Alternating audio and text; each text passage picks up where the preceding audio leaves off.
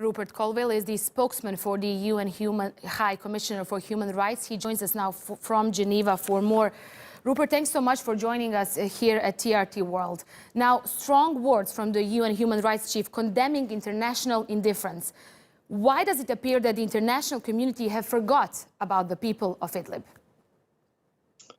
I think it's sadly because the conflict has gone on so long. It's gone on now for 8 years. There was a lot of attention during the early months and early years and a lot of efforts to try and stop the conflict. But recently people just seem to be not really caring anymore, not paying any more attention to what's happening in Syria. And obviously the key to the solutions are the major powers. It's the 5 permanent members of the Security Council. It's the neighbors, Turkey among them. The countries that have influence on those who are fighting, and try and bring them to stop hostilities and to bring them to the peace table. So what more can be done to stop attacks on civilians? Well, I think they've got to stop bombing and stop attacking civilian areas. These are all the towns and villages along the main sort of highways in this part of Syria, in Idlib and in Hama as well.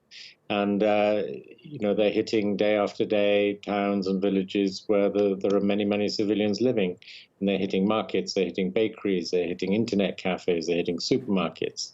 And these are civilian areas. And if attacks are deliberate on civilian areas, those are war crimes, and hopefully one day people will be held to account.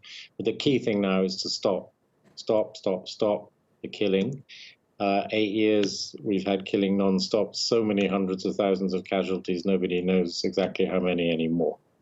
Yes, and many often when they describe these attacks, they say this might be a coincidence, but in the last couple of weeks, this can't be, because it's the markets that are being hit. It's the schools, it's the hospitals. No, that's absolutely right. I mean, there's just far too many hits on civilian areas, on market squares and so on, for these all to be accidental. It appears to be part of some kind of deliberate strategy. And as such, as I said, it would be war crimes. So the region that is currently under attack, let's not forget, is home to around 3 million people. Many of these people are already displaced. They are internally displaced from other parts of the country. So what is being done to help them? Well, obviously the humanitarian agencies, who are different to mine, are doing their best to get in food and shelter and so on to all the people who need it. But it's very difficult because people are getting displaced not just once, but many times over in some cases.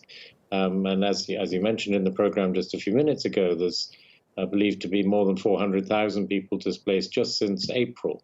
That's on top of all the hundreds of thousands, or if not millions, who've been displaced earlier in the conflict. And some of these people 3, 4, 5 times have had to move.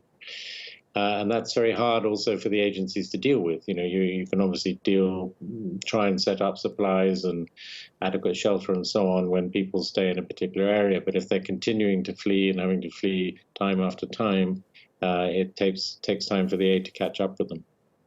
Okay, we'll leave it there. Thanks so much for your insight, Rupert Colville, a spokesman for the UN High Commissioner for Human Rights, live for us from Geneva.